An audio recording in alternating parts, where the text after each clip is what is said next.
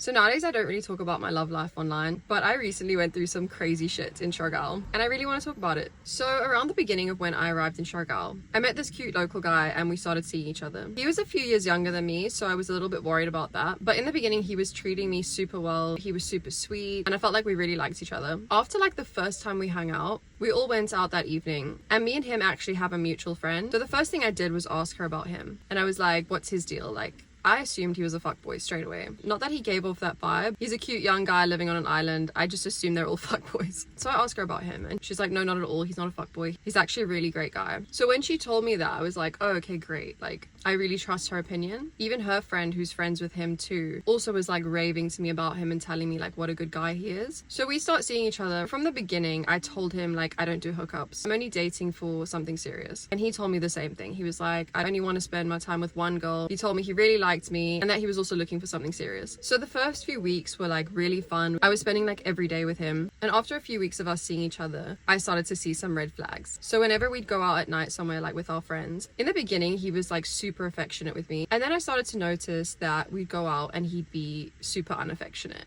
And he would like barely touch me. He also loved to make friends with girls. At first that was a bit of a red flag to me and I was like, I don't know how I feel about this. He was making friends with girls all the time. And like young girls. But what actually started to bother me was how unaffectionate he was in front of these girls. So I was like, okay, he probably doesn't want people to know that we're seeing each other. And then I spoke to him about it and he basically gaslit the shit out of me. He didn't see where I was coming from at all. He felt like I was trying to change him and he was basically just telling me that I need to trust him. Red flags.